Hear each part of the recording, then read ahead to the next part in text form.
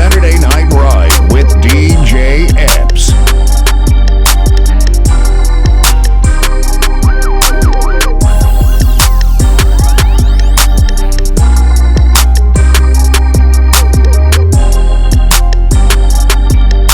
It's time to turn up your smart device and crank it loud. Hey yo, Epps, let these motherfuckers know. Ladies and gentlemen, I'm here. It's your boy DJ Epps. Yes, right here on LL Cool J Rock the Bells Radio, Sirius XM.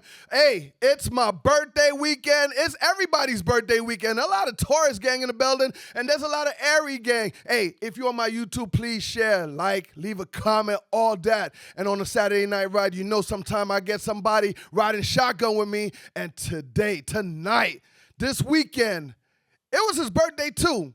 And we celebrating the legendary, my brother K Solo in the building. Thank you, DJ Epps, for having me. Rock the Bells Radio, Miami. We in the building. Yeah, K, what's popping, baby? It's all good, bro. Just happy to be here, man. Woke up another year. Man. We here.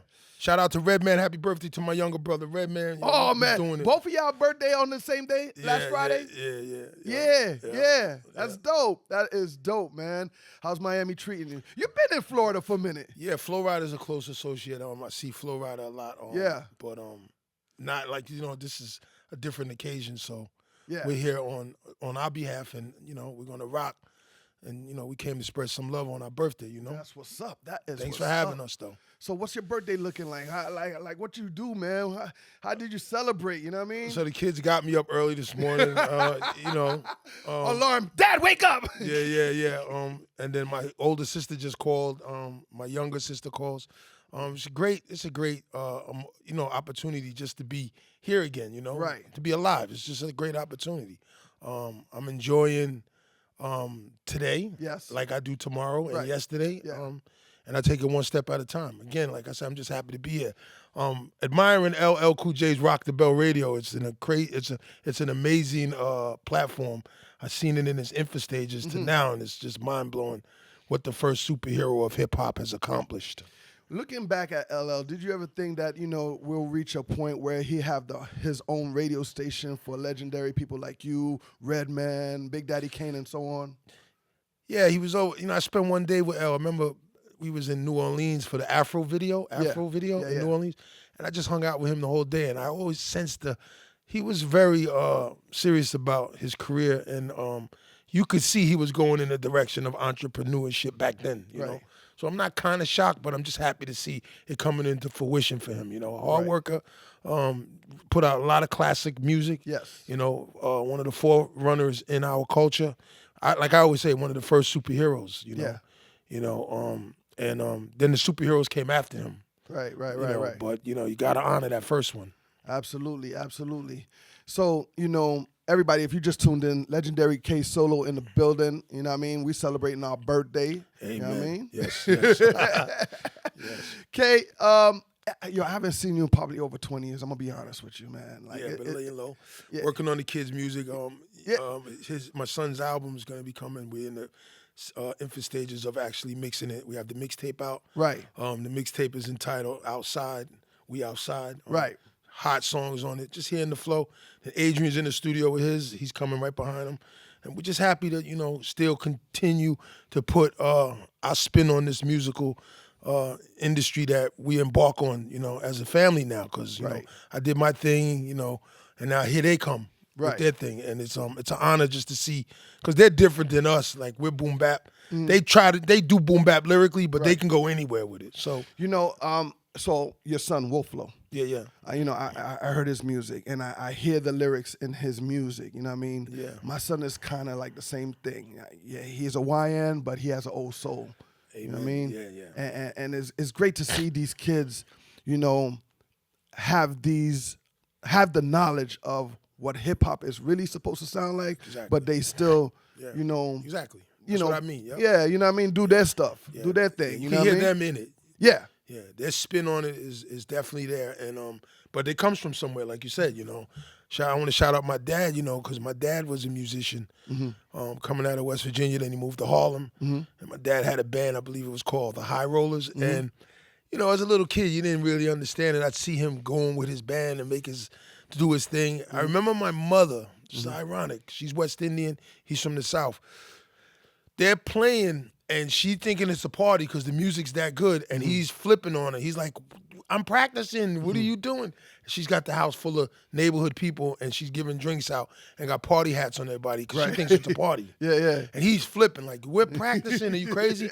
So I understood as I got older, I had to digest and say, what was going on back then was that he was really on his thing, but he didn't want to make a record. And I used to always ask him, I said, why didn't you, further make a record? He said he never wanted the attention. Right. So but he was very good at it. You know? And my dad wrote books too. Yeah. So I was always, intrigued with that. I would wake up and be like, I was intimidated as a kid with that, seeing all those pages. I'd be like, how to, and now, I embark on that now as an adult. I do the same thing, Would you say that early environment shaped your style, your delivery, and your rhymes and your music?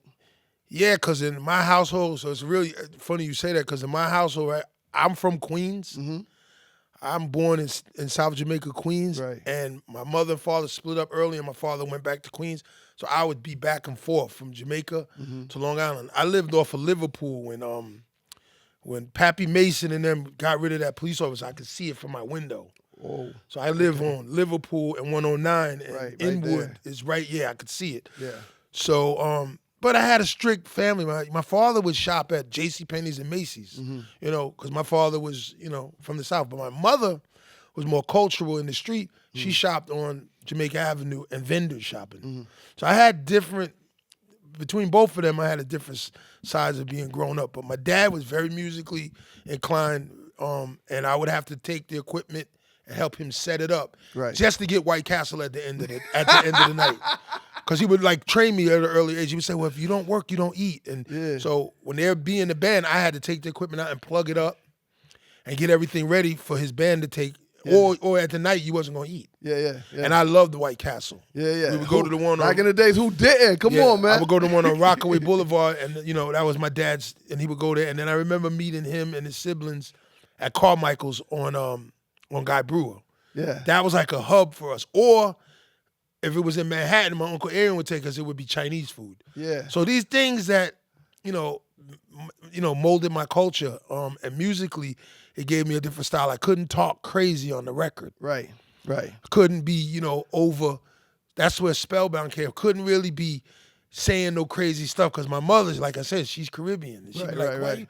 And then her mother was right there in the same neighborhood as Tribe Called Quest. She lived on Benson in St. Albans. So that green house on the corner, that's my mother's house. And, it just was a close-knit scenario. And on my father's side, I would hear the Motown records. But on my my mother's side, I would hear Fifth Dimension records. Yeah. So this is where I pulled, I guess, from my stuff, because when either I'm at their houses, this is what I'm hearing.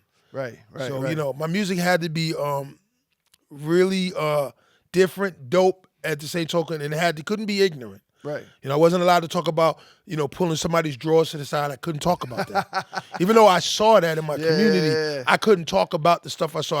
I could have talked about Pappy Mason early too, and Fat Cat Nichols. I lived in the same neighborhood. But, they're not gonna support it, and it's gonna be a hard time. And even in boxing, when I was boxing, if we lost a fight, my mother wouldn't feed us. Right. You know what I'm saying? So you have all of these things that were tugging at our personality and shaping us as we grew older. And I look back now and I'm happy I come from that kind, because I didn't get in trouble. Yeah. I could handle myself, as far as in the street, but, I knew how to move in, I knew how to navigate these areas. And we got to thank our parents for that, man. Because I didn't want the problems with my mother. Man. She was a lot, man. You know what I'm saying? So as you becoming this great kid, and you didn't want to do that, or you couldn't do that, or, to respect your parents, out comes Spellbound. Yeah. Did you tell yourself, okay, you know what? Let me show everybody how I could do this, how I could say this, and how I could teach other rappers to, rap like this? I just know, this is how it came up. So I would get in trouble, and my sister's the one that just called. She would be like, she would spell everything I did wrong. And I used to be like, it used to drive me crazy. So I don't know. I'm telling mommy on KEVIN, and then went from that to what I did. And I used to be like, yo, this is crazy. So when I got bits to banging on the tables and starting to rap, because I didn't have equipment. Right. You know, family broke up, didn't have a lot of money. So I'd bang on the tables and write the records. I wrote a record against the Fat Boys because we had seen them in Queens one day. We were real young, and my man Mo goes up to Kool Roski and he says to him something crazy like, "Are you down with the Fat Boys?" And he said, "No, I'm down with Fat." And it was the funniest thing we ever heard. But then it came to, okay, we got to diss them. It was funny. Then we thought about it, was like, no, we got to get them. So we wrote our little record dissing them, and Curtis Blow heard it. And he was like, the records wrote well, but do you have more than one record? And I was like 13. I was like, I don't know if I have more than one record. I had one record. Do you like it or not? Yeah. He said, well, I executive produced them. I can't put that out. Yeah. And I didn't think about that. And then he told me, he said, write more songs than one. He said, because you could rap. He said, and you're good, but I want to pick from more. And that's when I had the notion to write an album. Wow. I didn't know to write an album. I was 13. Yeah. And when he told me that, I was like, So I was a little kid walking around the neighborhood. And it's ironic, when I got kicked out of my house, Redman got kicked out of his house. We both get signed by EPMD. And I don't know what it was with Redman. Redman just reminded me of a young me. Yeah. And not that we were blood related, but I just, started grooming him. Right. Like saying, you can't do this and don't do that. And then Reggie would, because when I met Reggie, he was reckless, high all the time, just, ambitious and ready to go. But I was more like, little wiser, because 5 years older, and I would be like, well, let's try it this way. And then Reggie developed himself too. Once he got bits of, those angles, then Redman became an actual true professional in this game. Right. So, but we were wild, in the beginning. We were wild. Funny haircuts coming in the game. Being light-skinned too was an issue, because I didn't notice this too. Our culture has this back and forth with light skin and dark skin. It does. Even though we playing it, it's something that we got to look at serious and try to bury it, because we get we're in the same culture. Right. And the same things happen. Even though you think we have it easier, we might have it a little harder. Right. In certain cases, we might. Yeah. So, but, I love the culture nonetheless. It's just, I'm an observer, and I observe, a lot of stuff, but our culture is different than, our culture's, there's two different cultures in Black America. Right. There's a Southern culture and there's a Caribbean. Right. And you either fall into one or the other. Right. And they're completely opposite. Right. The West Indies, slavery was over in 1834, and then the South, it was over in 1865. So you're gonna have a lot of difference in those cultures, and we got to try to close the gaps in them so we could do the thing that we do, because we are all we got. So let this light skin do what I do. Let me play this record, Spellbound. K-Solo in the building right here on LL Cool J Rock the Bells Radio. Ladies and gentlemen, it's your boy DJ Epps on the Saturday Night Ride. Let's go!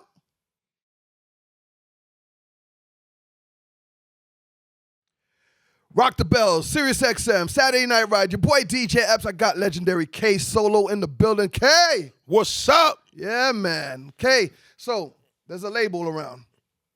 What's the label about? Talk to me about the label, man. We chilling right now. We doing it with Jules and White Dude. We moving. You know what I'm saying? We out here in Miami. We touching everybody, Shout out to White Dude. I know about White Dude. Yeah. Everybody listen out. Like I said, he coming too. Yeah. You know what I'm saying? A lot of good things in the pipeline.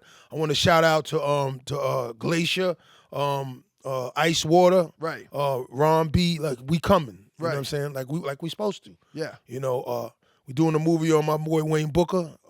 That's gonna be crazy. Yeah. Shout out to Flo Rida. Flo Rida called me with some stuff. I won't talk about it right now, but that's in the works. That's my brother right there. Yeah, that's my brother too. Redman, Method Man. Yeah. I want to give shout out to Wu-Tang Clan. Yeah. Congratulations. Yes, congratulations to Wu-Tang Clan for being abducted in the Rock and Roll Hall of Fame. Right. And you know what I'm saying, we just adding, man. We adding to the to this pot and upstaging, anything crazy out here. We doing our thing. While you adding, is there any music coming from K-Solo? Yeah. I'm working on the singles. I'm working on a mixtape right now. Any diss records? Let me. No, I won't diss anybody. I love everybody. I love, even when it's an issue that you gotta it's cringeworthy, I still find some beauty in it. No, definitely. And I wanted to Hip-hop. just, get your take on what you hear today. You know what I mean? When it comes to lyrics, and rhymes and somewhat beef. You know what I mean? And I'm talking about, let's say, example, 50 Cent and T.I. or Drake and Kendrick. I mean, I gotta ride with 50. He's from Southside. I ride with 50 on that board. What do you think about the rap beef these days compared to what you used to back in the days? Well, I think talking on the T.I. situation, I think his kids shouldn't have got involved in that. Nah, not at all. I think that was that was just not good. Man could handle this scenario, you know what I'm saying? Right. 50 plays rough like we do. We from New York. Right. We from Southside. We gonna play rough. And but at the end of the game, it's a chess game. Right. And 50's winning the chess game. Right. So it's a chess game out here. So you wouldn't have allowed Wolf to step in and do what he wanted to do? He wouldn't have did that. Yeah. He know better. He knows better. And at the same token, let me just say this to you too. Mm-hmm. We ain't here to, if we get into a situation we're going to take the route 50 took.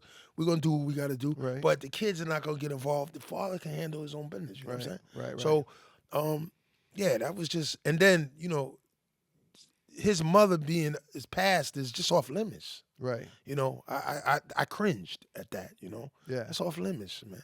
Right. You don't do that. Right. A rule of thumb is even if they were wrong, Mm-hmm. you don't be wrong on top of it. Mm-hmm. You know what I'm trying to say? Right. It didn't take two wrongs to make a scenario right.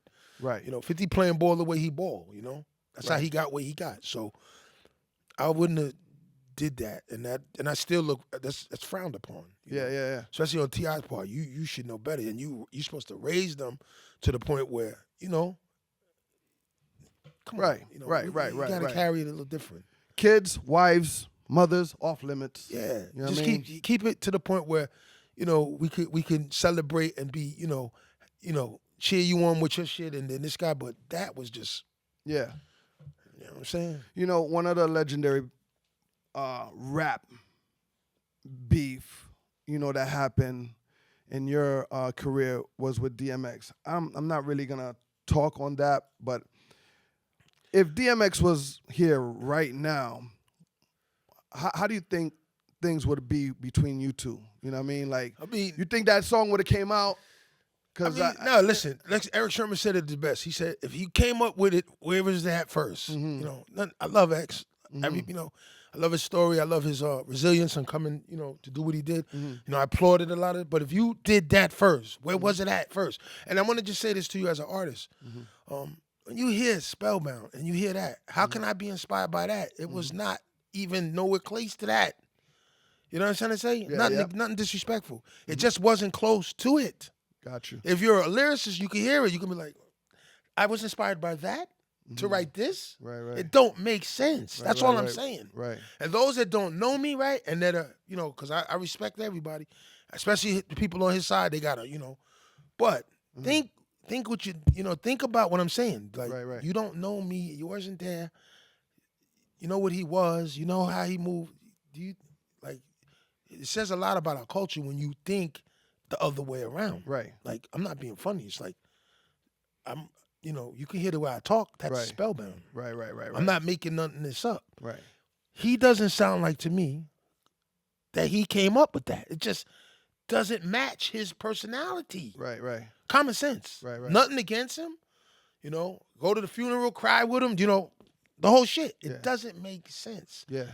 They don't match up. Got you. You're an artist. Does that match up to you? Well, no, not really. See what I'm saying? Yeah. I'm not making it up. Now, when you hear Mom's in My Business, all of those records match Spellbound. Like, in other words, you could tell he's cut from a different cloth. right. And the Yeah, way yeah. he's talking, you could tell this matches that. Yeah. When you hear his stuff, does Spellbound? Okay, so I'll say this to you. Everybody that, this is just to put it to rest. Give me another song that he did Spellbound that you could put in that category and say that he's an author of it. And I'll listen. But Gotcha. I did this already with 5 albums of his, and I can't find another song that you could put next to Spellbound and that he wrote and say, well, this is similar to. He doesn't write like that. That's not his style. Right. What happened was he's very young, 5 years younger than me, We met in jail. I used that, and he got upstaged, and he didn't. And it's the first time he didn't like it, and he got traumatized. And that's what happens, right? If you're fighting somebody, okay. So when I gotta go to boxing, so you understand. When Muhammad Ali came out, 19-year-old, Muhammad Ali fought Sonny Liston first. Sonny Liston thought he was gonna kill him. He never faced nobody that fast.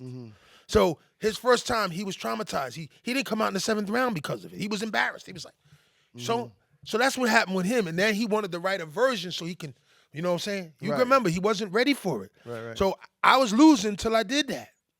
Then when I did that, inmates being ignorant, they laughing at him. Right. So he was upset about it. Right. And listen, I was never, ever trying to get in the way of his success when I seen how he suffered. Yeah. I was happy to see him Rise coming to and- because I was at Def Jam first too, and I didn't take the deal. So I was happy that he got the deal and did that. But to every 5 minutes, you did. It's not. My sisters will tell you they heard it before I went to jail. Yeah. Listen, I got a guy who knocked Suge Knight out. I lived with their family in Brownsville in 1985. They heard Spellbound in 85. How could you write it in 89 when they heard it in 85? It doesn't make sense. And I love Earl. Yeah. I don't want to make this sound like I'm bashing him. I love Earl Simmons. I love his acting. I love everything about it. He did not write that. It just doesn't make sense. It's not true.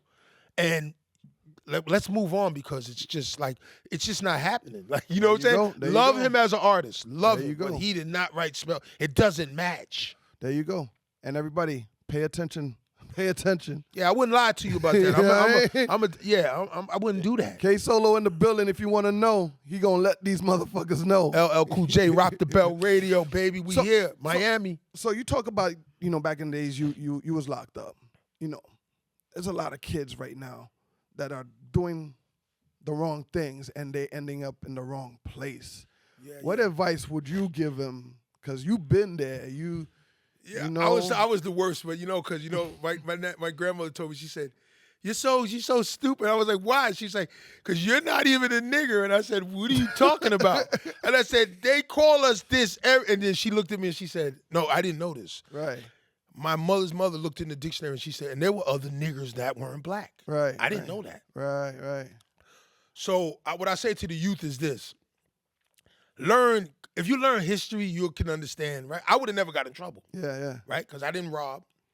I didn't sell crack. Right. Always had a job. I hit somebody, beat them up, because they used the word. But, they were talking to me, but I still should have had some kind of in myself. Yeah. Been like, You was in your feelings at that time. Yeah, and I shouldn't have been. They caught me at the wrong time, and I acted out. But, what I'm saying to the youth is, like, try not to act out. Try to look around, figure out where you come from and where you're going. Because if you can figure that part out, right. There's 9 times out of 10 you won't get in no trouble. If you can figure where you came from and where you're going, usually we get into trouble when we don't really understand that part. Right. And we're confused with us. Right.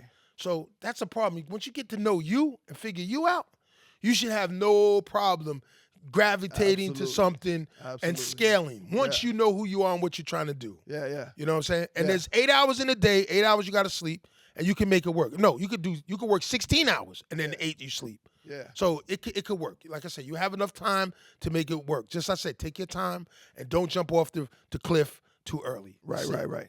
K-Solo in the building, man. DJ Epps, LL Cool J, Rock the Bell. Saturday night, right? Let me get into this Fugitive right quick. Okay, cool. Yeah, man. Fugitive. Let's ride. DJ Epps, Saturday Night Ride, LL Cool J, Rock the Bells Radio, everybody, my guy, legendary K-Solo in the building, Mr. Spellbound. You know what I mean? Yo, K, what's up? It's our birthday. Yes, it's our birthday month. You know what I mean? Yes, it is. And I thank you for coming by the studio, hanging out with me. Thank you know for what I mean? having me. We had a great party the other night. You know what I mean? Off the chain. Oh yeah, everybody that celebrated their birthday with us, me, K Solo. Shout out to Jules. Happy birthday, my girl. You know what I mean? Wolf was hosting it. Happy birthday to DJ De Niro. DJ Tito Love. My son DJ Zay was rocking with us. Zay was in the building. Yeah, man. So it was a great time, and hopefully we could do this every year. Oh man, Redman, show up next time. Right. Yeah. Come on, Reggie, stop playing. Happy birthday, Reggie Noble. Yo. 1998, Death Row. Yeah, Snoop. We were doing Snoop, Dr. Dre, Sam Snead. How did all of that come about? Because I'm from Harlem. I'm originally from Harlem, so I didn't see that coming at all. So what happened was I called Dre because the Hit Squad thing was not working out too good. Shout out to those guys. It wasn't working out, just that they were young and they were trying to figure out which one it was they couldn't figure out. So I just knew it was not going to work there for long, right? So I went with Dr. Dre, and Dr. Dre was creating a new label called Death Row. And we were helping Dr. Dre make it happen. Ironically, we brought the black exploitation to the West Coast. Me and Sam Snead was like, this black exploitation shit's gonna pop. We just knew it. So Sam Snead was instrumental. Did a couple of records for G Unit too. Yeah. Did I Smell Pussy for 50 and them. But anyway, so we out there, and I guess Suge just, it was just too much money for him at that time. So he get the money, and then him and Dre going through that thing. I didn't think he was gonna do it though.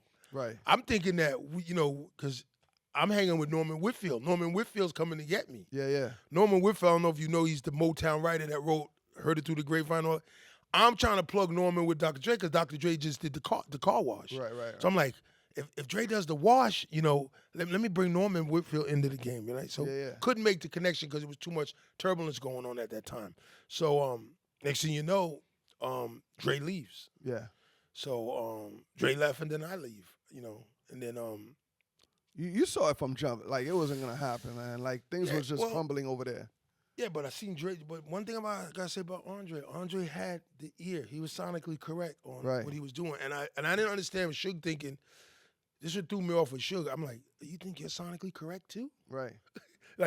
You're doing it a different way. You're doing it through brute force. You got a great brain. Yeah. He was definitely doing some great business things. But when you got that kind of money, you think you could separate from this guy who's sonically like just crushing it? Yeah. When I heard Gin and Juice for the first time, I knew Dre was the best producer in the world. Right. No question. Hands down. Yeah. Soon as I heard the beat, I walked out and my hair stood up on my hair stood up on my shoulder, on my arm. I knew Dr. Dre was the best producer in the world. I knew it. And I said, there's no way this guy's gonna try to overstep him. And you know what it was? He didn't understand that part. Yeah. He thought it was about what he was doing. Yeah. It helped. Yeah. But it wasn't the nucleus that what Dr. Dre was doing. Right. Remember, music is everything. Without the music, there's no business. Yeah. If he done understood that, he could have saved the scenario, but he didn't understand that. Right. And then he just went to hell in the handbag as he grew. I love him too, don't get me wrong, because I know he didn't know no better. I know he didn't know no better. He wasn't a bad guy. He just didn't know. We was young. We was growing up. We was He learning. just didn't know. And that's why, and I give Dr. Dre, because Dr. Dre didn't ride on him like he could have neither. He just left it alone. Yeah. When you start doing this stupid shit, he didn't know no better. Right. That's all he saw. So, right. He wasn't a bad guy. He just saw bad things. Do you think the hip-hop industry, the culture, misunderstood you back in the days with your lyrics, the way you was raised, the way you came up in the industry? I think the intelligent people did understand me. I think because there's different kind of people in our culture. There's all kind of people, right? For instance, you got guys that don't have nothing, like come from where Earl comes from, and they can relate to him. Right. That's why hip hop is beautiful. But there's people that are gonna relate to me that come from my side of the fence. I think hip hop is that in the nutshell. Everybody has a stage. Right. It's a movie for everybody. And we all play a part in it to make this culture a beautiful, number one, the best culture in the world. Yeah. This whole world is ran by hip hop.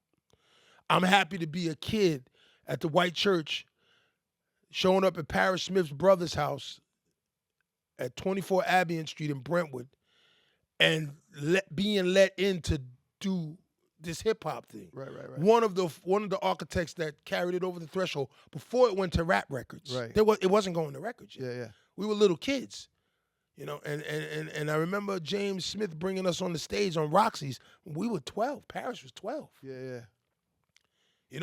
We had an opportunity to do things because we were little kids, and we're still here in this beautiful culture that we call hip hop. Right. You said a little while ago you didn't take the Def Jam deal.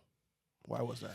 So, because we're coming out and they were offering us, me and Parrish, and we just looked at each other. We was like, we just wanted financial freedom at that time. Mm-hmm. We weren't thinking about, what Def Jam was going to do. We were so impoverished in our neighborhood, trying to figure it out with ourselves. We just wanted the money to do what we had to do. We'll worry about everything else later. Right. And that's what it was. And it kind of, I don't know if we would do that now, knowing how the road we took, but, it's okay. Yeah. Life is what it is, and every road leads to where it leads to. Right. We're fine. We're still here. Right. So maybe we made the right decision. Maybe we didn't. But I know this. We had an opportunity to go either way. We didn't go to Def Jam for a reason. Yeah. And Def Jam had its own issues too. Right. Bringing Jay-Z into the fold and a lot of the other things that they brought a lot of issues to them too. So maybe we made the right decision. It might be a little too early to say, but so far we're still alive. We're still functioning, and like I said, there's all kind of roads in hip hop. Right. It's the number one culture in the world for a reason. Absolutely. And we were a part of it when it wasn't. Yeah. When it was our radio station. Yeah. And we were like hoping just to get on the box. There was a time when we wore a uniform in hip hop, British Walkers, Playboys. Yeah. The AJ pants, the V-neck sweaters, the sheepskin. If you didn't have that, you were not hip hop. Right. So we went through that phase. Now it is, like you, as you see, you're all hip hopped out in your fashion. The sneakers match the shirt. It's just a lifestyle. Right. You could do this till it's over now. Yeah. Thanks to those pioneers that made it what it is today. Right, so I want to give them a shout out. I got a record on my album called "Those That Paved the Way for Us." And yeah, man, I don't forget. I don't forget being in Queens, watching those house parties. Yeah. Those in the park where it go down. I want to shout out Cornell, who's also LL's.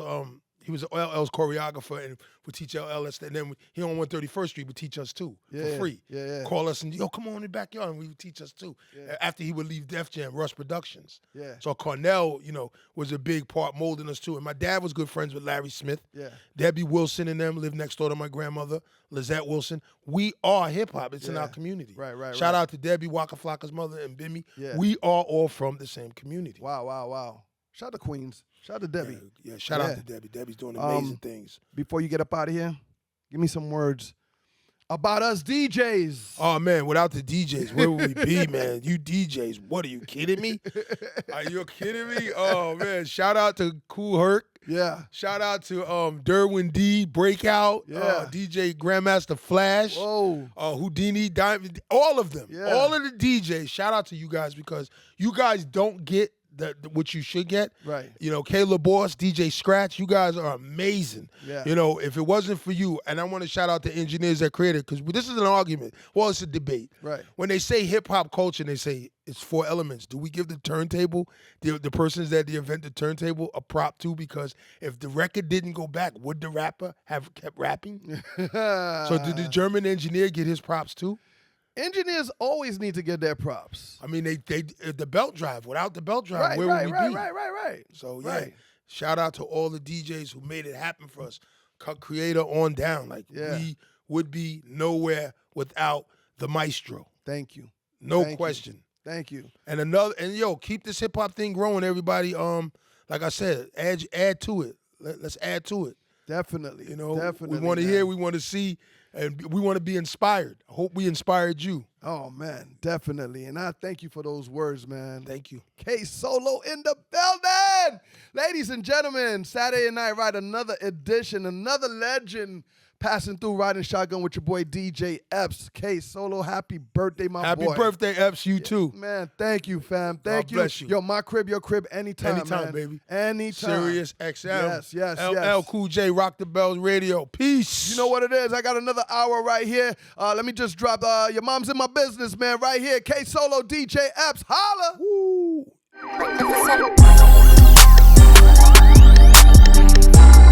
The Saturday Night Ride.